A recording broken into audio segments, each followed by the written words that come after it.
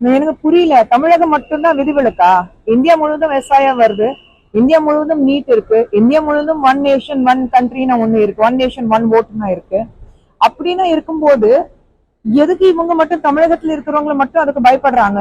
NEET கொண்டு வந்தது பாஜக இல்ல, காங்கிரஸ் காலத்துல இருந்து நீட் இருந்தது. அப்ப நீங்க அதுக்கு சப்போர்ட் பண்ணி பேசுனீங்க, இப்ப நீட்டுக்கு எதிர்ப்பு தெரிய வைக்கிறீங்க.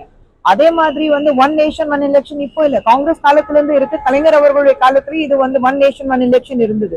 இப்ப மட்டும் நீங்க ஏன் பயப்படுறீங்க? எஸ்ஐஆர் வரும்போது நீங்க ஒவ்வொரு ஓட்டுக்கு நீங்க காசு கொடுக்குறீங்க, அதுக்காக தான் நீங்க பயப்படுறீங்க. இதே பீகார்ல ஒரு மிக சிறந்த தலைவர் ராகுல் காந்தி, இல்லைன்னா ராகுல் காந்தி மிக சிறந்த தலைவர் முதலமைச்சர் ஸ்டாலின் அவர்கள் சொல்றீங்க. ஆனா இங்க முதலமைச்சர் ஸ்டாலின் அவர்கள் பீகார்ல இருந்து வந்தாக்கா அவங்க பிடிக்காக தான், லைக் பிடிவாலர் தான் சொல்றீங்க. அப்படி இருக்கும்போது உங்களுக்கு எது சாதகமா இருக்கோ அப்ப நல்லா இருக்கு. எப்போ நாட்டுக்கு சாதகமா இருக்கும், நம்ம மக்களுக்கு சாதகமா இருக்கும், அது மட்டும் எதிர்ப்பு தெரிய வைக்கிறீங்கன்னா நீங்க மக்களுக்கு சேவை செய்ய வந்தீங்களா?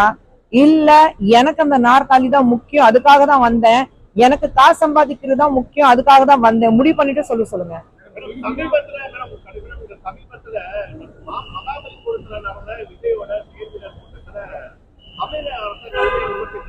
என்னங்க என்னங்க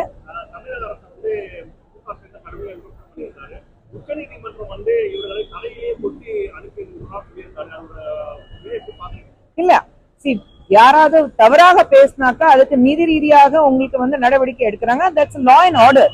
நாங்க லா அண்ட் ஆர்டர் மாத்தி பேசுங்க, லா அண்ட் ஆர்டர் தாண்டி பேசுங்கன்னு யாருமே சொல்லல.